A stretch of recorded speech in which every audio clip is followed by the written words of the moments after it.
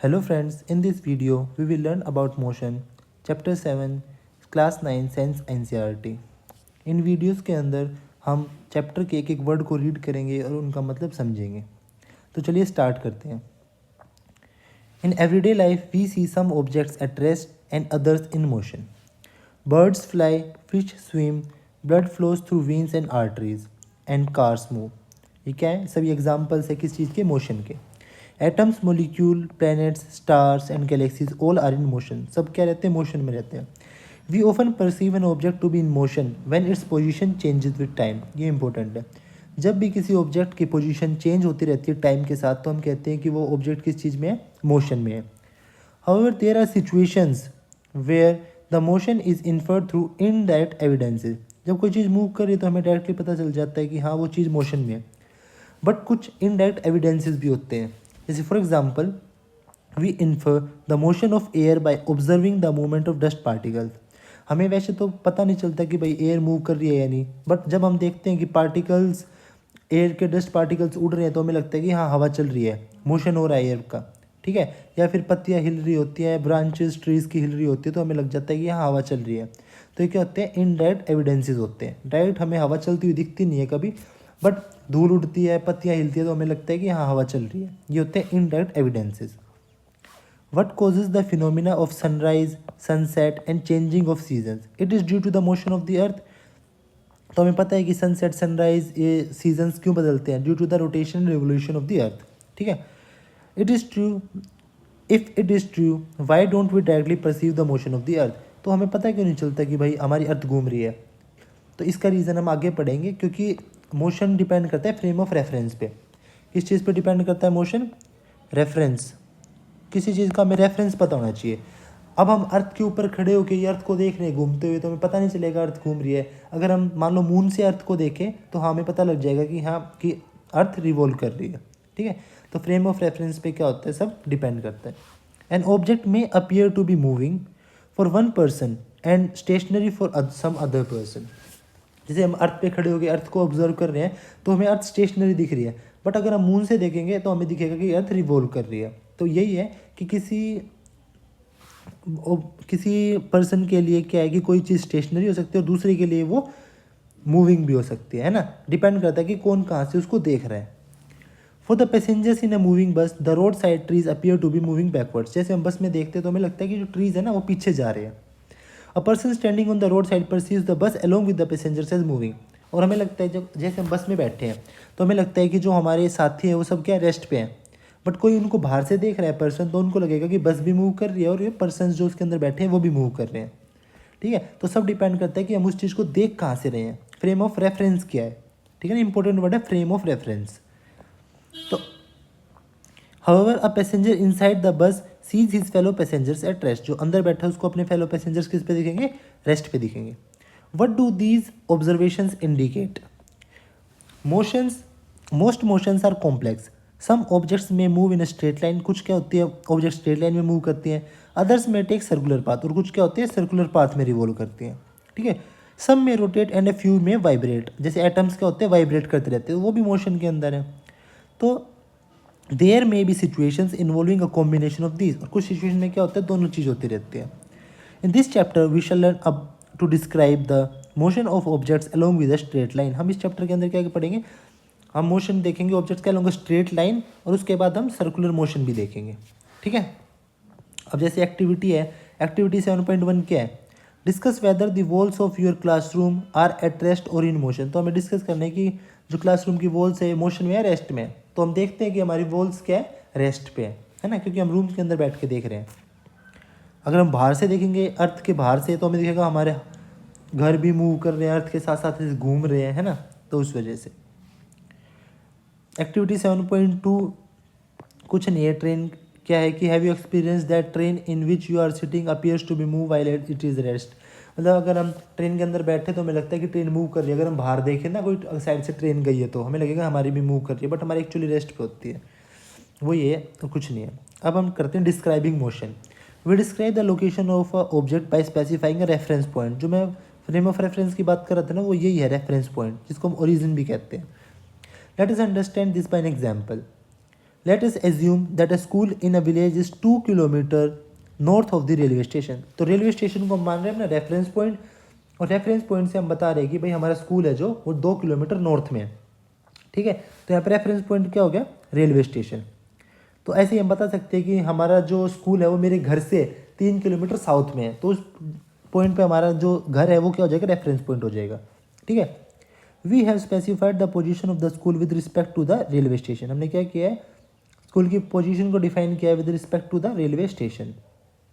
In this example the railway station is a reference point. तो इस example के अंदर क्या था, रेलवे स्टेशन क्या था, हमारा एक रेफरेंस पॉइंट था। We could have always also chosen other reference points. हम अपने कन्वीनियंस के हिसाब से अलग रेफरेंस पॉइंट भी चूज कर सकते हैं। Therefore, to describe the position of a motion, we need to specify a reference point that is called origin. तो हमें क्या करना होता है, किसी भी मोशन को डिफाइन करने के लिए एक रेफरेंस पॉइंट चूज करना होता है और उसको हम ओरिजिन भी कहते हैं। ठीक है, समझ गए यहाँ तक? आगे चलते हैं। Motion along a straight line. अब हम पढ़ रहे हैं कि motion along a straight line के अलोंग मोशन कैसा होगा। The simplest type of motion is a motion along a straight line. तो सबसे सिंपल टाइप ऑफ मोशन क्या है कि हम सीधा चलें। Motion along a straight line सबसे सिंपल है ये। We shall first learn to describe this by an example. तो ये एग्जाम्पल दे रखा है जिससे हम समझेंगे। ठीक है, consider the motion of an object moving along a straight line. The object starts his journey from O that is treated as reference point. तो ये ओ पॉइंट को हम क्या ट्रीट कर रहे हैं, रेफरेंस पॉइंट ट्रीट कर रहे हैं। ठीक है, तो यहाँ पे ये मेरा ओ क्या है, ये है मेरा reference point.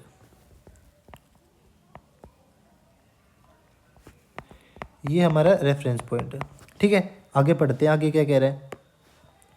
Late A B C represents the position of an object at different instants. ये ए बी सी क्या डिफाइन कर रहे हैं कि इस पोजीशन ऑफ एन ऑब्जेक्ट ये ट्रेवल कर रही है यहाँ से डिफरेंट डिफरेंट पोजीशंस को ए बी सी डिनोट कर रहे हैं। At first the object moves through C and B reaches A. पहले ऑब्जेक्ट्स क्या गई, जीरो से लेके सी पे गई, फिर सी से बी पे गई, फिर ए पे गई। जाना उसको ए पे था बट वो किसके किसके थ्रू गई है, सी बी और ए। ठीक है, ये गई यहाँ तक and then it's come back along the same path and reaches C through B. और फिर वो क्या किया, पहले यहाँ से जीरो ओ से सी पे गई, सी से बी पे, फिर ए पे, फिर वापस रिटर्न सेम पाथ से ए से बी एंड देन बी से सी। तो टोटल डिस्टेंस कितना चला उसने, ओ से सी, फिर सी से बी, फिर बी से ए, और फिर वापस ए टू सी थ्रू बी। ठीक है, ये उसका क्या था, पाथ था। तो हम देखते हैं, देखो अगर वो ओ से सी पे जा रही है तो कितना डिस्टेंस है, देखो ये कितने किलोमीटर के अंदर है ना, स्केल के देखो किलोमीटर है। तो कितना है यहाँ से जीरो से लेकर 25 तक, ये है आपका 25 किलोमीटर। ठीक है, अब 25 टू 35, ये सी टू बी क्या है 10 किलोमीटर। और यहाँ से यहाँ तक कितना है आपका, अगेन 35 से 60 कितना होगा, ये 25 किलोमीटर।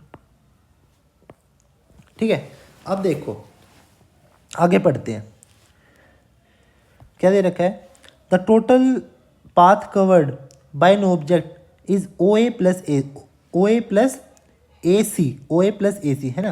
देखो पहले यहाँ से आता टोटल पाथ कितना कवर किया है, ओ ए से लेके वापस ए सी पे आई है ना, तो ओ ए प्लस ए सी। अब देखो ओ ए है कितना, 0 से 60, तो ओ ए कितना है 60, तो इन्होंने लिख दिया 60 प्लस ए सी कितना है, ए सी 25 प्लस 10 35। तो टोटल डिस्टेंस कितना ट्रेवल किया उसने, 95। हो गया यहाँ तक क्लियर। तो टोटल डिस्टेंस कवर्ड इज 95।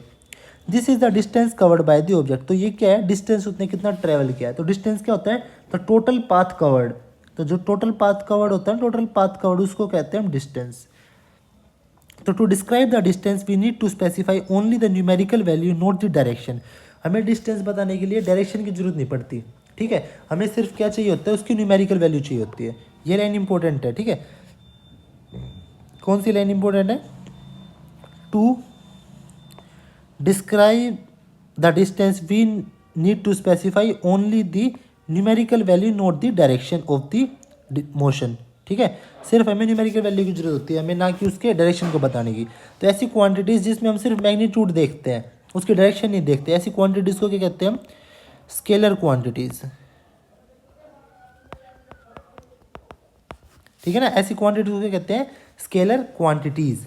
ठीक है, जिसके अंदर सिर्फ और सिर्फ हम क्या देखते हैं, उसका न्यूमेरिकल वैल्यू देखते हैं। सिर्फ और सिर्फ हम क्या देखते हैं, न्यूमेरिकल वैल्यू, कोई भी हम उसकी डायरेक्शन नहीं देखते। ठीक है, there are certain quantities which are described by specifying only their numerical values. The numerical value of physical quantities its its magnitude. उस वो क्या होता है, उसका मैग्नीट्यूड होता है। ठीक है, From this example, you can find out the distance of the final position C of the object from the initial position O. मतलब हम क्या है C की पोजीशन बता सकते हैं फ्रॉम दी जो रेफरेंस पॉइंट हमने O माना था वहाँ से। दो तरीके, या तो O से A पे जाओ फिर A से C पे, तो टोटल डिस्टेंस हो गया, या तो हम सीधा O से C पे भी जा सकते थे। ठीक है, ये शॉर्टेस्ट पाथ हो जाता है। The difference will give you the numerical value of the displacement of the object from O to C through A. O to C पे जाना है हमें through A, यहाँ से यहाँ तक। ठीक है, the shortest distance covered by an object from initial point to the final position of an object is known as displacement. मतलब हमने क्या किया है, हम O से लेके C पे आए हैं। एक तरीका हमने फॉलो किया है, O से पहले C पे गए, फिर B पे गए, फिर A पे गए। ठीक है, मतलब O से A पे गए फिर वापस C पे आए। एक तरीका ये है, कितना लंबा तरीका है। एक होता है द शॉर्टेस्ट डिस्टेंस, O से सीधा C पे चले गए, ये होती है डिस्प्लेसमेंट। डिस्प्लेसमेंट क्या होती है, the shortest distance between two points. जाने को तो हम O से लेके A पे जा सकते थे, फिर A से दोबारा O पे आते, फिर O से दोबारा C पे जाते। कुछ भी फॉलो कर लो, कितना ही बड़ा पाथ फॉलो कर लो, बट जो शॉर्टेस्ट डिस्टेंस होता है ना उसको हम कहते हैं डिस्प्लेसमेंट। ये ध्यान रखना आपको, डिस्प्लेसमेंट। डिस्प्लेसमेंट क्या होता है, the shortest distance measured from the initial to the final position of an object is known as displacement. तो shortest distance होता है उसको हम क्या कहते हैं, displacement कहते हैं। Can the magnitude of the displacement be equal to the distance traveled by the object? तो क्या displacement का magnitude जो हमने distance travel किया उसके बराबर होगा? तो consider an example given in 7.1. For motion of an object from O to A, the distance is 60 km and the magnitude of the displacement is also 60 km. ठीक है, during the motion from O to A and back to B, the distance covered, मतलब क्या पहले O से A पे गई 60 kilometre. ठीक है, तो डिस्टेंस भी 60 है, डिस्प्लेसमेंट भी 60 है। फिर A टू भी 25 किलोमीटर है, तो ठीक है डिस्प्लेसमेंट भी 25 किलोमीटर है, 85 हो गया total. The magnitude of displacement क्या हुआ, 35। डिस्प्लेसमेंट का मैग्नीट्यूड 35 क्यों हुआ, क्योंकि हम क्या किया, हम तो O से A पे गए फिर A से B पे आए। टोटल कितना हो गया देखो, O से A और A से B पे गए तो टोटल 60 प्लस 25 टोटल 85 हो गया। बट डिस्प्लेसमेंट का मैग्नीट्यूड क्या हुआ, हम पहुंचे तो अभी फाइनल B पे ही हैं, तो हम O से देख रहे हैं तो O से B तक का कितना है, 35 ही तो है। हम देखा जाए तो तभी तो लिख रखा डिस्प्लेसमेंट तो 35 ही हुई है O से A और A से B पे आने में। Thus the magnitude of the displacement that is 35 is not equals to the path length that is 85। ठीक है ना, तो डिस्प्लेसमेंट का जो मैग्नीट्यूड है वो जरूरी नहीं है बट डिस्टेंस के बराबर ही होगा। Further, we notice that the magnitude of the displacement of a course of motion may be zero. Zero भी हो सकता है। अगर मान लिया आप किसी सर्कल पे यहाँ से A से मूव करना स्टार्ट करते हैं, घूम के वापस अगर A पे ही आ गए तो आपने डिस्टेंस तो ट्रैवल कर लिया, कितना डिस्टेंस आपने ट्रैवल किया, इसकी सर्कमफ्रेंस दैट इज 2πr। ठीक है, बट आपने डिस्प्लेसमेंट में तो कुछ ट्रैवल ही नहीं गई। अगर आप फाइनल पॉइंट से चल के इनिशियल पॉइंट पे आ गए तो इनिशियल पॉइंट और फाइनल पॉइंट के बीच में डिफरेंस ही नहीं रहा। ठीक है ना, तो डिफरेंस नहीं रहा तो जीरो हो जाएगा। तो displacement of a motion can be zero but the corresponding distance is not zero. तो एग्जांपल क्या होता है, सर्कुलर मोशन। सर्कुलर मोशन के अंदर डिस्टेंस तो होता है, उसकी circumference that is 2πr, but displacement क्या हो जाती है, जीरो हो जाती है। If we consider the object to travel back to O, अगर हम कंसिडर करते हैं कि ऑब्जेक्ट ओ से ए पे गई फिर वापस ए से ओ पे आ गई, ठीक है ना, वापस ए से ओ पे आ गई, the final position coincides with the initial position, मतलब इनिशियल पोजीशन वही थी जो फाइनल पोजीशन है, therefore the displacement is zero. तो उस केस में हमारी डिस्प्लेसमेंट क्या होती है, जीरो होती है। However the distance covered is O A से ए ओ, डिस्टेंस कवर तो 60 + 60 पूरा 120 किलोमीटर हो जाएगा, बट जो हमारी डिस्प्लेसमेंट है वो क्या रहेगी, जीरो रहेगी। तो यहाँ से दो क्वांटिटीज़ के बारे में हमने पढ़ा है, किस किस के बारे में, एक तो होती है हमारी डिस्टेंस और एक होती है डिस्प्लेसमेंट। ठीक है, are use to describe the overall motion of the object and to locate the final position and with the reference point to the initial position at a given time. ठीक है ना, आगे देखते हैं। अब देखो ये कुछ हमारे इन टेक्स्ट क्वेश्चन है। ठीक है, अब पहला क्वेश्चन क्या है, क्वेश्चन सोल्व करते हैं। पहला क्वेश्चन है हमारा कि an object has moved through a distance, कुछ ऑब्जेक्ट ने क्या किया, कुछ डिस्टेंस ट्रेवल किया है। Can it have a zero displacement, if yes support your answer with an example. Yes, zero displacement हो सकती है ना, जीरो डिस्प्लेसमेंट हो सकती है। क्यों हो सकती है, एग्जाम्पल क्या देंगे, सर्कुलर मोशन का, अभी जो ऊपर आपको बताया था सर्कुलर मोशन के अंदर ऐसा होता है। ठीक है, फर्स्ट का आंसर है। सर्कुलर मोशन में क्या होता है, अगर हम सर्कुलर मोशन में ट्रैवल कर रहे हैं, मान लिया इस पॉइंट से स्टार्ट करके हमने ए से, हमारी फाइनल पोजीशन भी बी ए पे ही है, कोइंसाइड कर गई, यहाँ से यहाँ तक गए हम। अगर हम वापस उसी पॉइंट पे आ गए ना घूम के, तो उस केस में हमारी डिस्टेंस तो क्या हो जाता है 2πr। अगर हमने एक चक्कर लगाया तो n चक्कर लगाएंगे तो n टाइम्स, मतलब 2 चक्कर लगाए तो 2 × 2πr ऐसे। बट हमारी डिस्प्लेसमेंट इस केस में क्या होती है, डिस्प्लेसमेंट 0 होती है, क्योंकि हमने क्या किया, हम वापस इनिशियल पोजीशन पे आ गए। ठीक है, अब देखो नेक्स्ट क्वेश्चन क्या कह रहा है।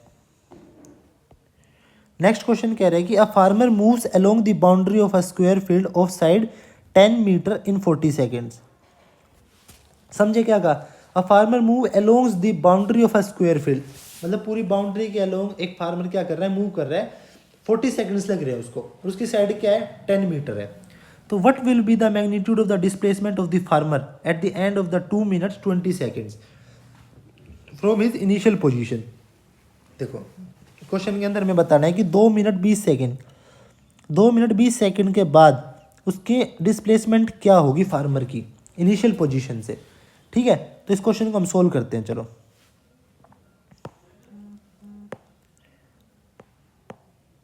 चलो इस क्वेश्चन को हम यहाँ पे सोल्व करते हैं।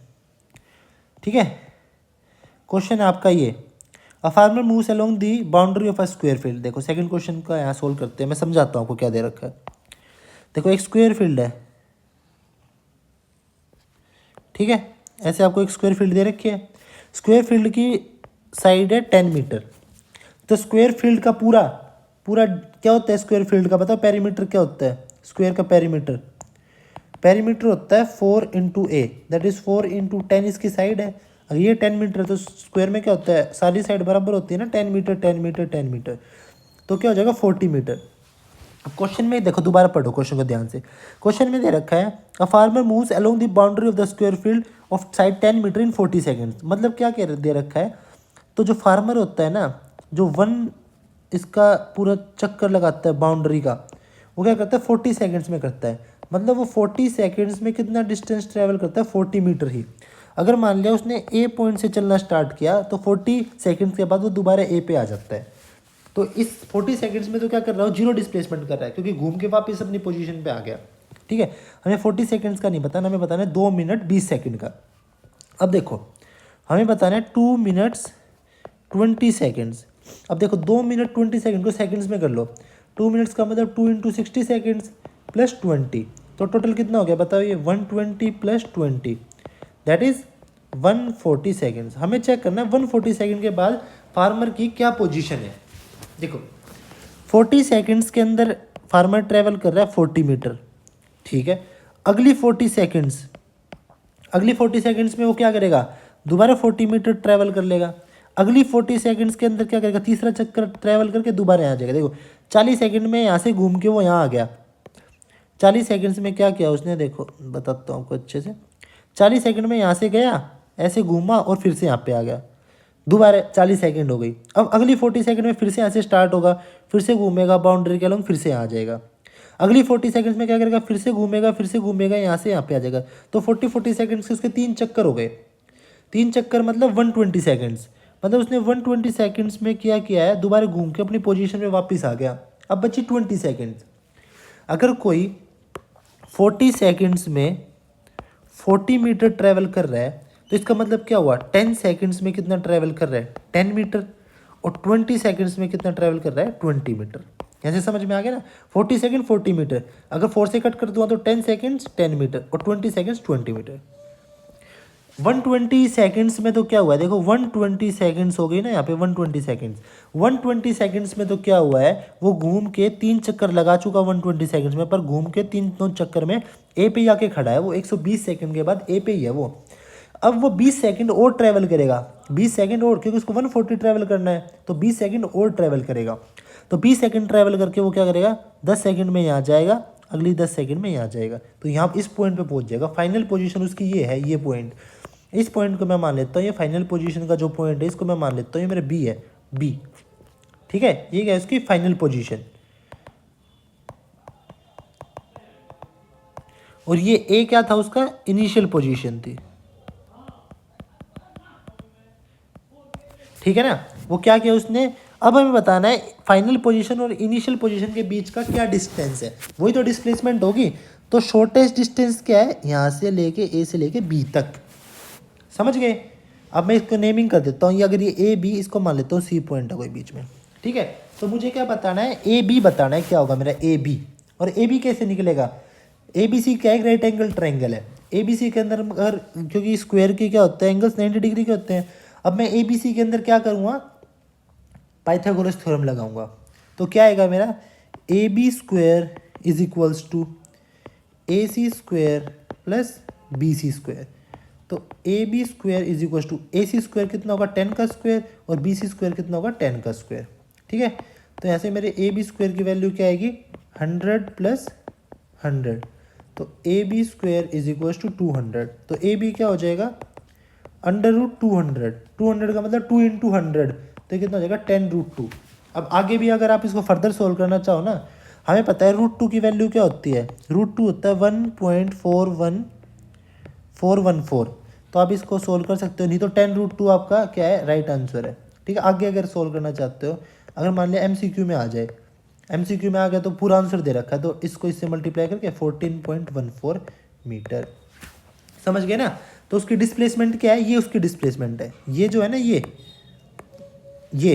क्या है, उसकी डिस्प्लेसमेंट है, ए से A B, final distance between initial position and final position, और वो भी शॉर्टेस्ट डिस्टेंस, वो क्या उसकी डिस्प्लेसमेंट है। समझ गए आप ये क्वेश्चन, इजी क्वेश्चन था, बस एक बार आपको अंडरस्टैंडिंग हो गया ना। ये क्वेश्चन मैंने देखा है कि पेपर में हर साल, हर दूसरे साल आता ही रहता है। मोशन से ये न्यूमेरिकल आएगा तो यही न्यूमेरिकल आता है, ठीक है। मोशन में एक ही न्यूमेरिकल अच्छा बनता है मोशन चैप्टर में, वो ये क्वेश्चन है।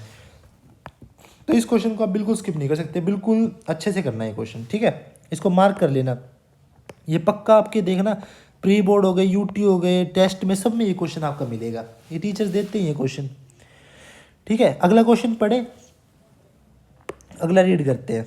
अगला क्या है, which of the following is true for displacement. Displacement के लिए क्या ट्रू है, it can not be zero, ये तो नो, ये तो क्या है, फॉल्स है। डिस्प्लेसमेंट जीरो हो सकती है in case of circular motion, अभी हमने पढ़ा था।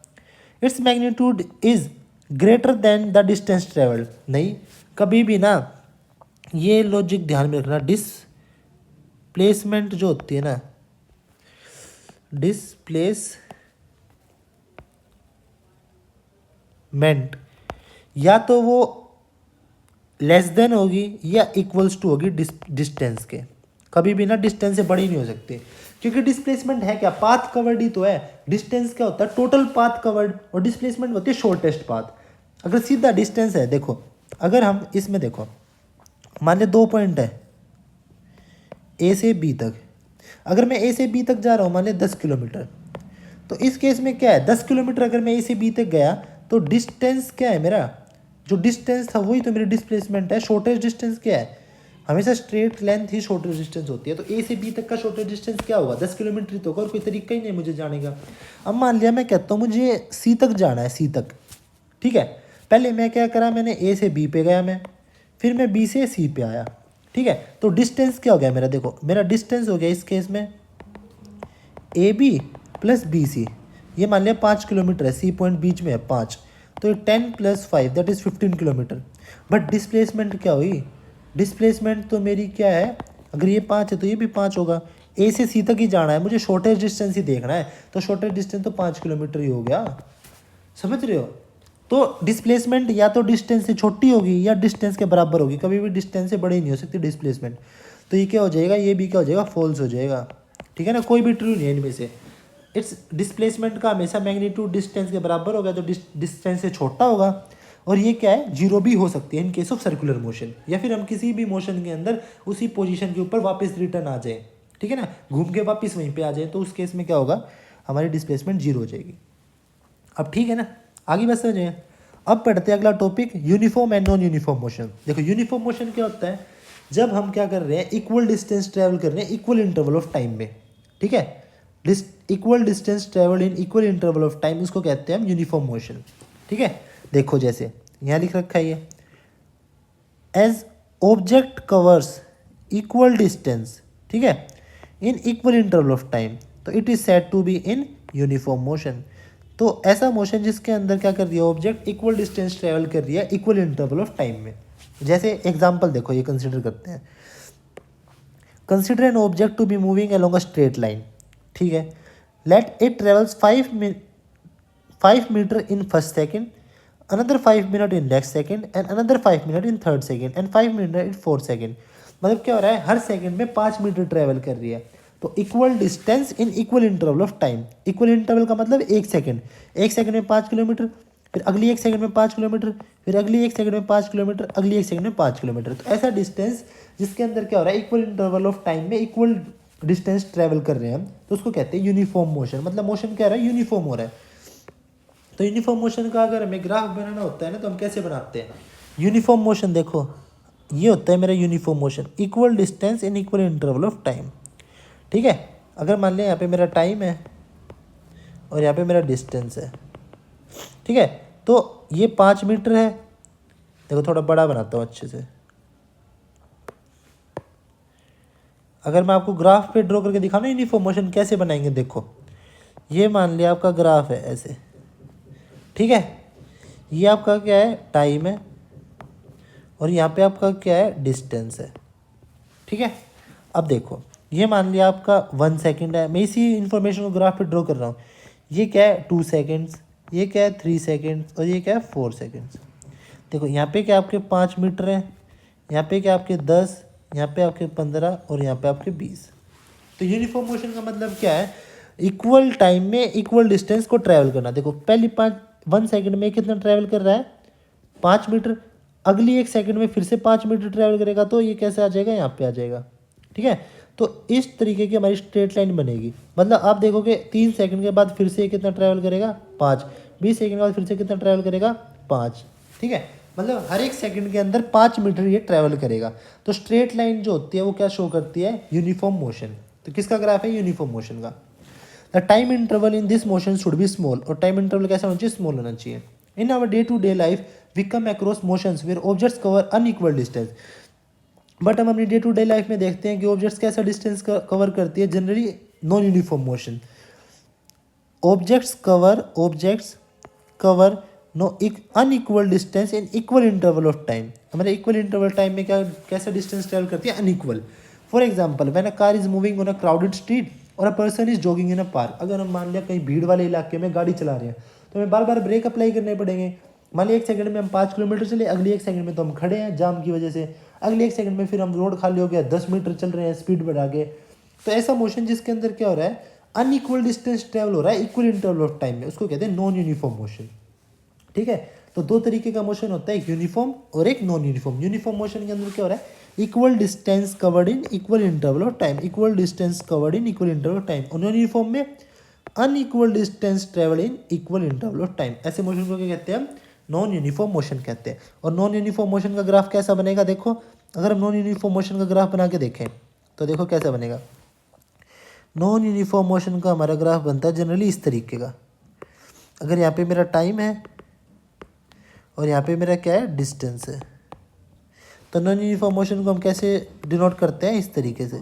स्ट्रेट लाइन नहीं होती वो, कभी तो हमारा डिस्टेंस बढ़ रहा है, कभी हमारा डिस्टेंस क्या हो रहा है, घट रहा है। तो ये क्या है, नॉन यूनिफॉर्म मोशन। और ये क्या है मेरा, ये है मेरा यूनिफॉर्म मोशन। ठीक है, हो गया यहाँ तक। अब देखो जैसे अब क्या दे रखा है इसके अंदर, अब ये हमें दिखा रखा है, ये टेबल 7.1 देखते हैं। 9:30 पे क्या हुआ है, distance travel by object A in metre. 9:30 पे वो 10 मीटर डिस्टेंस ट्रेवल कर रही है, एंड जो ऑब्जेक्ट 2 है वो 12 मीटर ट्रेवल कर रही है। ठीक है, अब 9:45 पे क्या हुआ, 15 मिनट का गैप आ गया। कितने मिनट का गैप आ गया, 15 मिनट्स का। 15 मिनट्स में इसने कितना किया, अगले 10 मीटर कर लिए। फिर 15 मिनट्स में इसने कितना किया, अगले 10 मीटर। तो इसके अंदर देखो क्या हो रहा है, इसके अंदर हो रहा है हमारा 10 मिनट्स का गैप आ रहा है ना। ये 10 मीटर ट्रैवल कर रही है, फिर से यहाँ पे 10, फिर से यहाँ पे 10, तो क्या हो रहा है, 10-10 मीटर का गैप आ रहा है, इक्वल गैप। और टाइम में भी इक्वल गैप है, देखो 15 15 15 15 15 मिनट का गैप है, और 15 और 10 मीटर ट्रैवल कर रही है। तो ये कैसे हो गया, ये हो गया यूनिफॉर्म मोशन।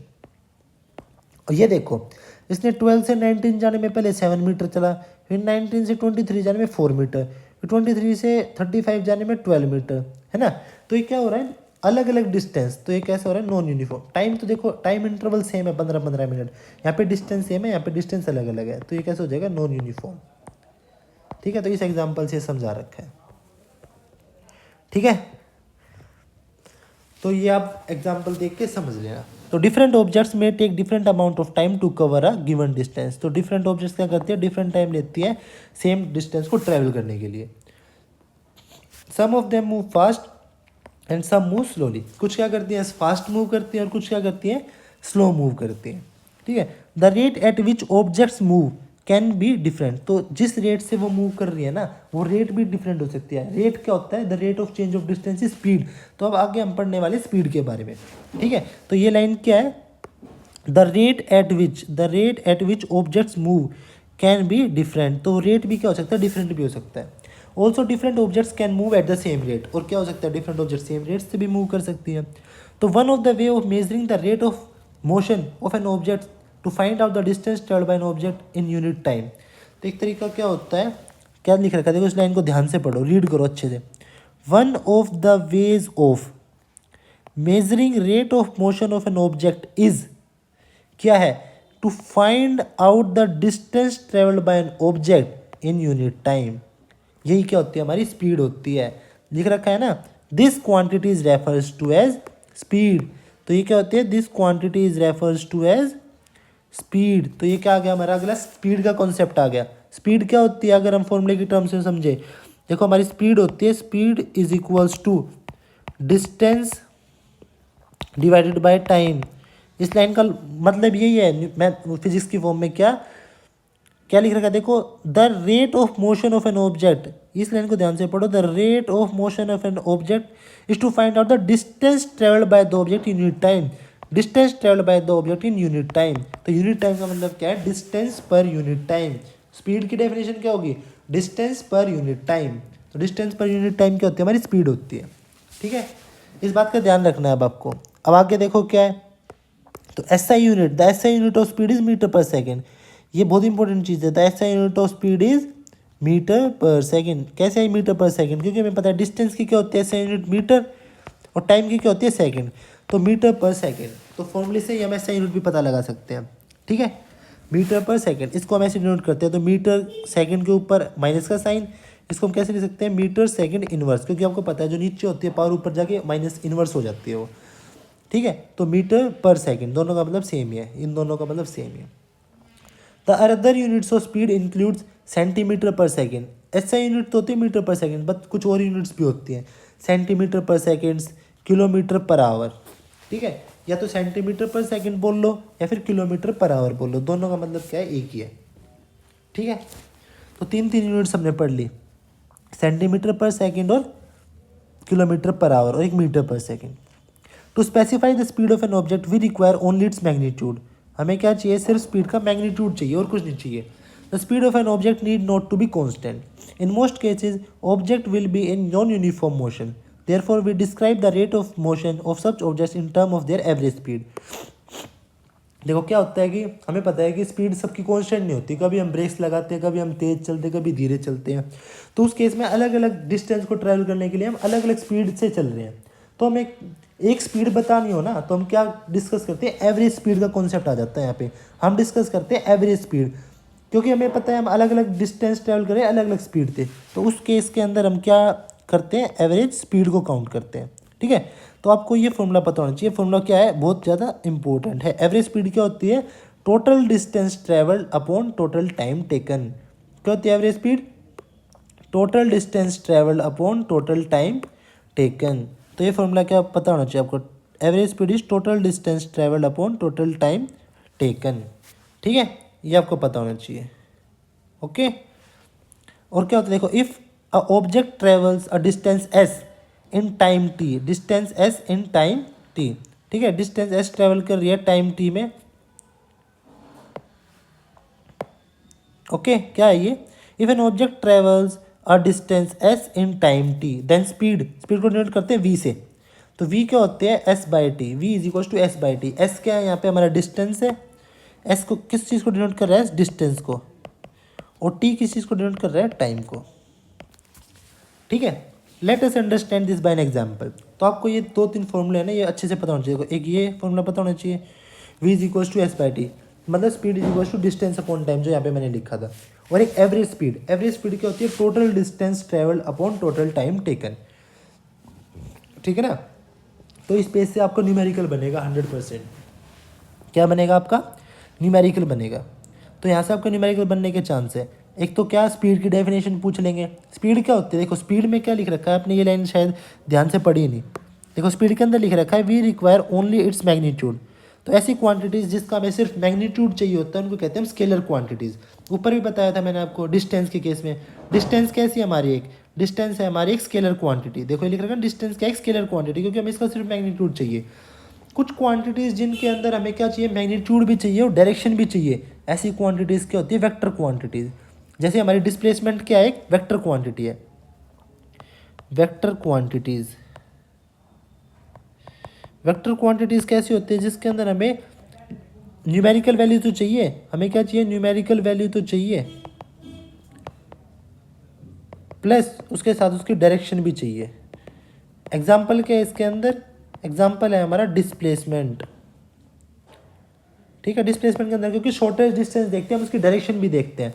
आगे हम पढ़ेंगे वेलोसिटी, उसके बाद हम पढ़ेंगे एक्सेलरेशन। ये सब क्या है? Vector quantities. इसके अंदर मैग्नीट्यूड प्लस न्यूमेरिकल वैल्यू मतलब मैग्नीट्यूड, मैग्नीट्यूड भी देखते हैं और उसकी डायरेक्शन भी देखते हैं। ठीक है, ऐसी क्वांटिटीज क्या होती है? Vector quantities. ओके, तो स्पीड क्या है? एक स्पीड हमारी एक स्केलर क्वांटिटी है, क्योंकि हमें इसके अंदर सिर्फ क्या चाहिए? मैग्नीट्यूड चाहिए। Let us understand this by an example. A car travels a distance of 100 kilometre in 2 hours. 100 kilometre travel कर रही है 2 आवर्स में। तो स्पीड क्या है कि देखो स्पीड क्या होती है? v is equal to distance upon time. Distance travel किया 100 किलोमीटर अपॉन टाइम क्या है? 2 आवर्स। तो इसको काटेंगे तो हमारा कितना आएगा? 50 किलोमीटर पर आवर। तो उसकी स्पीड क्या आ जाएगी? 50 kilometre per hour. The car might not have 50 kilometre per hour all the time. तो sometimes it might have travel faster and sometimes it might have travel slower. तो हमेशा ये थोड़ी कि वो 50 किलोमीटर पर आवर से ही चलती रहेगी, कुछ टाइम वो स्लो ट्रैवल करेगी, कुछ टाइम वो फास्ट ट्रैवल करेगी। तो इस लाइन का ये मतलब है। देन ऑब्जेक्ट ट्रैवल, अब न्यूमेरिकल करते हैं। एग्जांपल 7.1 क्या कह रहा है? An object travels 16 metre in 4 second. देखो ऑब्जेक्ट क्या कैसे ट्रैवल कर रही है? 16 मीटर ट्रैवल कर रही है 4 सेकेंड्स में। देखो and the another 16 metre in 2 seconds. तो what is the average speed? देखो अगर हम फर्स्ट की बात करें, फर्स्ट में स्पीड क्या आएगी? v is equal to distance upon time. Distance क्या है? 16 मीटर ट्रैवल कर रही है 4 सेकेंड्स में। तो कितना आ गया? 4 मीटर पर सेकेंड। इसको कट करेंगे तो 4 से जाएगा। ठीक है, अब देखो सेकंड केस में क्या हो रहा है? सेकंड केस में ट्रैवल कर रही है अनदर, जो दूसरी ऑब्जेक्ट है उसकी स्पीड क्या आएगी? Distance upon time. डिस्टेंस कितना है? 16 मीटर ट्रैवल कर रही है 2 सेकेंड्स में। तो क्या आ जाएगी स्पीड? 8 metre per second. ठीक है, हमने दोनों की स्पीड निकाल ली। इसकी मान लेता हूँ मैं स्पीड v1 है और इसकी मान लेता हूँ v2 है। अब मुझे चाहिए एवरेज स्पीड। देखो एवरेज स्पीड निकालने के दो तरीके हैं। अगर दो ऑब्जेक्ट्स की बात हो रही है ना, तो दो ऑब्जेक्ट्स के केस में एवरेज स्पीड पता है क्या होती है? Average speed 2s1 s2 upon s1 plus s2, मतलब पहले की स्पीड इंटू दूसरे की speed upon s1 plus s2, मतलब दोनों की स्पीड का सम। एक तरीका तो ये फर्स्ट मेथड। और एक हमने पढ़ा है एवरेज स्पीड निकालने का दूसरा method, average speed is equals to total distance travelled upon total time taken. एक ये तरीका है, दोनों तरीके यूज़ करते हैं। देखो अब हमने एक की स्पीड निकाली 4 मीटर पर सेकेंड, दूसरे की निकाली 8 मीटर पर सेकेंड। यहाँ पे अप्लाई करते हैं। फर्स्ट की क्या है 4, दूसरे की क्या है 8, अपॉन दोनों का सम करूँगा तो 12। तो कितने पे क्या है? 4 3 12, तो 16/3 मीटर पर सेकेंड आ गई मेरी एवरेज स्पीड। ठीक है, अब हम करते हैं इस तरीके से। देखो टोटल डिस्टेंस क्या है? 16 मीटर यहाँ पे ट्रेवल कर रहा है, 16 मीटर यहाँ पे, तो टोटल डिस्टेंस कितना हो गया? 16 + 16। टोटल टाइम पहले 4 सेकंड लग रहे, फिर 2 सेकंड, तो 4 + 2, तो ये आ गया पर 32/6। तो 30/2, 6 को काटो 2 से, 2 1 = 2, 2 6 = 12, 2 3 = 6, तो 16/3 मीटर पर सेकेंड। तो आपको दो तरीके आ गए एवरेज स्पीड निकालने के। एक तो ये फॉर्मूला भी आपको अगर MCQ में आ जाए ना, क्योंकि हमें सोल्व करके दिखाना नहीं होता, सिम डायरेक्ट ये लगा देंगे, average speed is equal to 2s1 s2 upon s1 + s2। ये भी ईजी है। ठीक है, ये तरीका भी आपको पता होना चाहिए। समझ गए ना? या फिर एक ये तो हमको पता है total distance travel upon total time taken. तो दोनों से हमारा आंसर क्या आएगा? सेम आएगा, दैट इज 32/6 या फिर 16/3। 16/3 का क्या होता है? 5.33 मीटर पर सेकेंड। तो the average speed of an object is 5.33 metre per second. ठीक है, अब आगे हम क्या करेंगे, नेक्स्ट क्लास में कंटिन्यू करेंगे। आज तक इतना ही रखते हैं, ठीक है, नहीं तो ज़्यादा लंबा वीडियो हो जाएगा, ठीक है। तो आपको आज मैंने क्या क्या पढ़ाया, पहले मैंने आपको देखो आज देख लेते हैं हमने स्टार्टिंग से क्या पढ़ा है। पहले हमने सिंपल पढ़ा है कि motion of a object along straight line, पहले हमने मोशन को थोड़ा डिफाइन किया, फिर हमने मोशन एलोंग स्ट्रेट लाइन पढ़ा, ठीक है। फिर हमने डिस्प्लेसमेंट के बारे में जाना। डिस्प्लेसमेंट क्या होता है, शॉर्टेस्ट डिस्टेंस। तो डिस्प्लेसमेंट क्या हो सकता है हमारा, जीरो भी हो सकता है, ठीक है। डिस्प्लेसमेंट कैन बी जीरो, ठीक है। Displacement can not be zero, मतलब डिस्प्लेसमेंट जीरो भी हो सकता है, जीरो नहीं भी हो सकता है। वो तो ऑफकोर्स जीरो तो नहीं हो सकता अगर डिस्टेंस ट्रेवल किया, अगर सेम पॉइंट पे घूम के वापस आ गए उसी पॉइंट पे, ठीक है, तो हमारा क्या हो जाएगा, डिस्प्लेसमेंट जीरो हो जाएगा। डिस्प्लेसमेंट क्या है, वेक्टर क्वांटिटी है, डिस्टेंस क्या है, स्केलर क्वांटिटी है, ठीक है। फिर हमने वेक्टर स्केलर के बारे में पढ़ा, फिर हमने जीरो डिस्प्लेसमेंट के बारे में पढ़ा, फिर हमने एक इंपॉर्टेंट न्यूमेरिकल किया, ठीक है, फार्मर वाले बहुत आता है पेपर में, एग्जाम में। फिर हमने तो यूनिफॉर्म मोशन और नॉन यूनिफॉर्म मोशन के ग्राफ को समझा, uniform motion non uniform motion के ग्राफ्स को समझा, ठीक है। ये न्यूमेरिकल अच्छे से स्क्रीनशॉट लेके इसको नोट कर लेना, बहुत इंपॉर्टेंट न्यूमेरिकल है। 2-3 बार अगर समझ नहीं आता तो वीडियो को देखो, अच्छे से समझ आ जाएगा, ठीक है।